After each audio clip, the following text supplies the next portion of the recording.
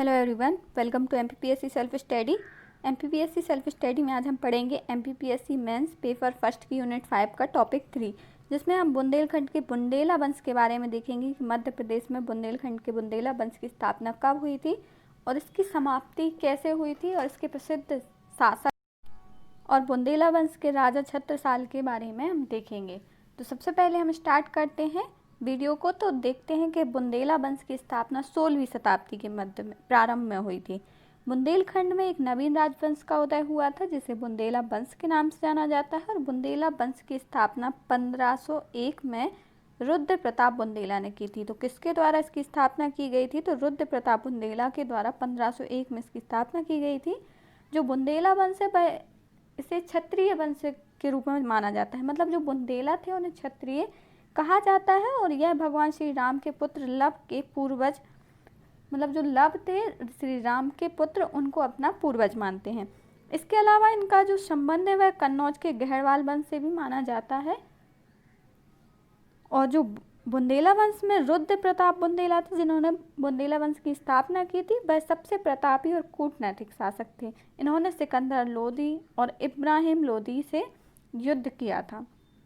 ग्वालियर के शासक राजा मान सिंह तोमर से रुद्र प्रताप बुंदेला के मैत्रीपूर्ण संबंध थे और रुद्र प्रताप बुंदेला ने 1531 में बेतवा नदी के तट पर ओरछा नगर बसाया था। तो ओरछा नगर की स्थापना कब और किसने की थी? तो बुंदेला वंश के संस्थापक रुद्र प्रताप बुंदेला के द्वारा 1531 में बेतवा नदी के तट पर ओरछा नगर बसाया गया था और इन्होंने ही ओरछा को अपनी राजधानी बनाया था। तो जो बुंदेला वंश थी उसकी राजधानी कौन सी थी? तो ओरछा इसकी राजधानी थी। और जब इन्होंने ओरछा नगर बसाया था उसी वर्ष इनकी मृत्यु हो गई थी। अब इनकी मृत्यु हो गई थी तो इसके पश्चात कई उत्तराधिकारी बने, जैसे इनके उत्तराधिकारी पुत्र भारती चंद को माना जाता है, लेकिन अल्पकाल के लिए यह शासक बने थे और इसके पश्चात 1554 में मधुकर साय शासक बने थे। जो मधुकर साय बुंदेला वंश के शासक बने थे, इनकी रानी कुबरी गणेश थी और जो कुबरी गणेश थी इन्होंने अयोध्या से भगवान राम लला की मूर्ति ओरछा लाकर राम राजा सरकार की स्थापना की थी। तो जो ओरछा में राम लला सरकार का मंदिर है वह किस राजा के द्वारा बनवाया गया था? तो वह मधुकर साय के द्वारा बनवाया गया था और उन्हीं की रानी कुबरी गणेश के द्वारा अयोध्या से भगवान राम लला की मूर्ति ओरछा लाई गई थी। ऐसी कहानियाँ इस क्षेत्र में प्रचलित हैं कि जहाँ पे आज राम राजा सरकार या राम लला का मंदिर है वह उनकी रसोई था। जब मधुकर साय की रानी कुबरी गणेश रामलला को अयोध्या से लेकर आई थी तो उन्होंने उसे किचन अपने मतलब रसोई घर में छुपा कर रख दिया था और उनके लिए अलग से एक मंदिर बनवाया था। परंतु भगवान राम ने यह शर्त रखी थी कि वह जहाँ पे एक बार स्थापित हो जाएंगे उसके बाद वह कहीं और स्थापित नहीं होंगे, इसलिए फिर इसे ही मंदिर के रूप में विकसित किया गया था। मधुकर साय के शासनकाल में ही चतुर्भुज मंदिर और लक्ष्मी नारायण मंदिर का निर्माण हुआ था। इसके पश्चात इंद्रजीत सिंह बुंदेला शासक बने और इनके शासन काल में आचार्य केशव दास को ओरछा राज दरबार में राज पुरोहित का दर्जा प्राप्त था।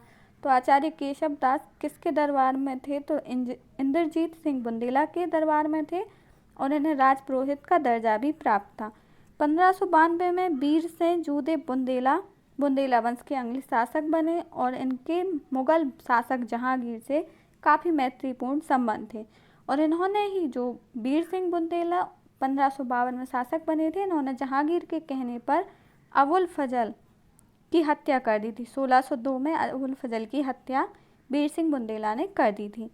वीर सिंह बुंदेला ने जहांगीर के विश्राम हेतु ओरछा में जहांगीर महल का निर्माण करवाया था और वीर सिंह बुंदेला ने अपने शासनकाल में ओरछा के किले का निर्माण कार्य भी पूरा करवाया था।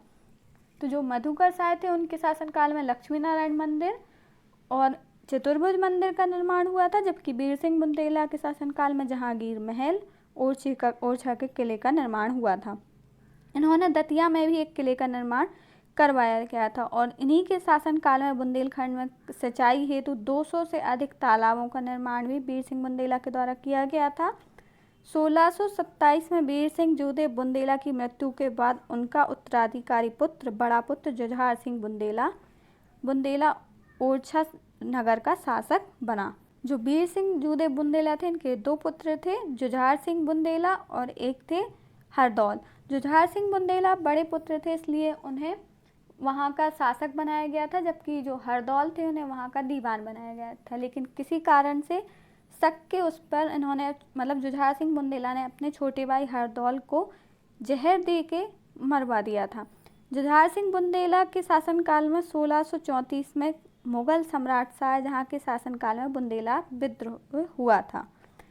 तो जुझार सिंह बुंदेला के समय पे ही बुंदेला विद्रोह हुआ था और इसे दबाने के लिए शाहजहाँ ने औरंगजेब को भेजा था, और जुझार सिंह बुंदेला को पकड़ने के लिए शाहजहाँ ने बघेल शासक अमर सिंह की सहायता ली थी। तो इस प्रकार से जो बघेल वंश के बारे में हम पढ़ चुके थे, उनके एक शासक थे अमर सिंह, जिन्होंने अमरताल का निर्माण भी करवाया था और अमरपाटन नगर बसाया था। उनकी मदद से जुझार सिंह बुंदेला को 1634 में बुंदेला विद्रोह के कारण गिरफ्तार या पकड़ा गया था।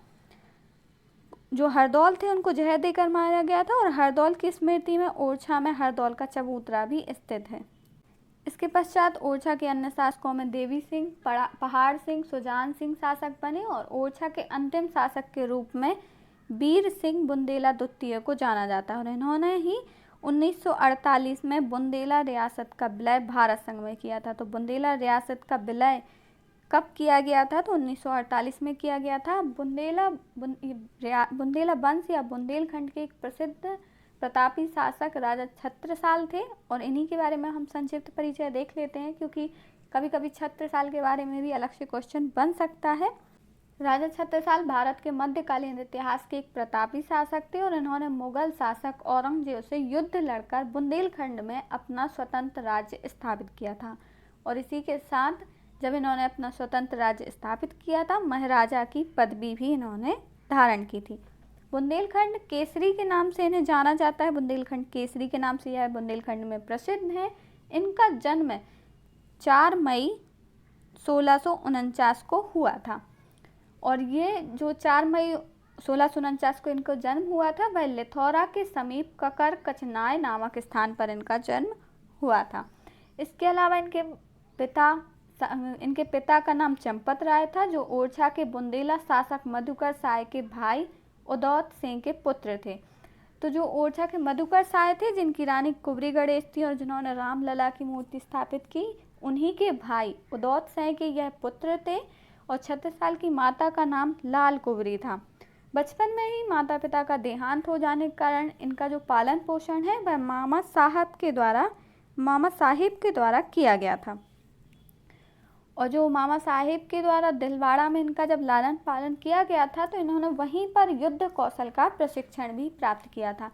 जयपुर के राजा सवाई जयसिंह छत्रसाल के मित्र थे, और जीवन के प्रारंभ में छत्रसाल ने जयसिंह के साथ मिलकर कई बार मुगल शासक औरंगजेब के लिए युद्ध लड़े, किंतु मुगल दरबार में समुचित सम्मान न मिलने के कारण और मराठा शासक शिवाजी से भेंट होने पर उनसे प्रेरित होने के कारण, मतलब यह जब शिवाजी से मिले थे तो इन्होंने शिवाजी से यह काफ़ी प्रेरित हुए थे।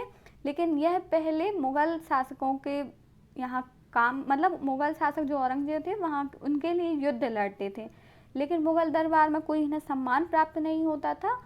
और जब यह शिवाजी से मिले तो उनसे प्रेरित हुए, और अपने स्वाभिमान के लिए इन्होंने 1671 में औरंगजेब से युद्ध लड़कर अपने स्वतंत्र राज्य बुंदेलखंड स्थापित कर लिया। तो 1671 में इन्होंने औरंगजेब से युद्ध लड़कर बुंदेलखंड स्थापित किया था। और राजा छत्रसाल ने अपने आध्यात्मिक गुरु स्वामी प्राणनाथ के कहने पर पन्ना को राजधानी बनाया था। तो इनकी राजधानी कौन सी थी छत्रसाल की? तो पन्ना थी। और इनके आध्यात्मिक गुरु कौन थे? तो स्वामी प्राणनाथ इनके आध्यात्मिक गुरु थे। प्राणनाथ संप्रदाय के अनुयायी थे, और जो कवि भूषण थे, कवि भूषण वीर रस के प्रधान कवि माने जाते हैं, उन्हें छत्रसाल ने अपने दरबार में राजस्व प्रदान किया था, और कवि भूषण ने छत्रसाल के सम्मान में छत्रसाल दशक की रचना की थी। राजा छत्रसाल की 2 संतानें थीं, जिसके पुत्र का नाम था हृदय साहेब और पुत्री का नाम मस्तानी था, जो मराठा पेशवा बाजीराव की प्रेयसी थी।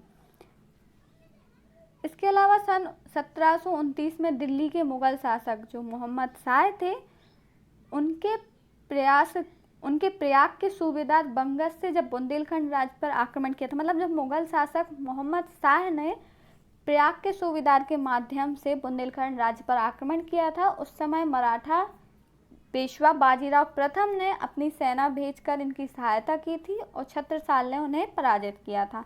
इस प्रकार राजा छत्रसाल थे जो उनका मुगलों से संघर्ष जीवन पर्यंत चलता रहा और बुंदेलखंड को स्वतंत्रता स्थापित करते हुए संघर्ष करते हुए इनका जीवन व्यतीत हुआ। 20 सितंबर 1771 में इस महान सम्राट की मृत्यु हो गई। राजा छत्रसाल के बारे में एक पंक्ति प्रसिद्ध है जिसके माध्यम से हमें पता चलता है कि इनका बुंदेलखंड का जो क्षेत्र था वह यमुना नदी से नर्मदा नदी तक और चंबल नदी से टोंस नदी तक इनका क्षेत्र विद्यमान था। तो जो राजा छत्रसाल थे यह बुंदेलखंड के बुंदेला वंश के शासक थे और बुंदेलखंड की इस प्रसिद्धि का मुख्य कारण या जो भी इस बुंदेलखंड की प्रसिद्धि के पीछे अगर किसी राजा का हाथ है तो वह राजा छत्रसाल का है। इस प्रकार से यह मध्य प्रदेश में बुंदेला वंश था कि इसकी स्थापना कैसे हुई और 1948 में जब बुंदेलखंड रियासत या बुंदेला रियासत का विलय भारत संघ में किया गया था तब किसने किया था, तो वीर सिंह बुंदेला द्वितीय के द्वारा इनका विलय किया गया था और रुद्र प्रताप बुंदेला के द्वारा स्थापना की गई थी। बुंदेलखंड की एक अलग शाखा के रूप में छत्रसाल ने बुंदेला वंश की स्थापना की थी, तो उसको भी हमने देखा है। अगर आपको वीडियो अच्छी लगती है तो प्लीज़ लाइक कीजिए, शेयर कीजिए, कमेंट कीजिए और सब्सक्राइब कीजिए। Thank you for watching MPPSC self study channel.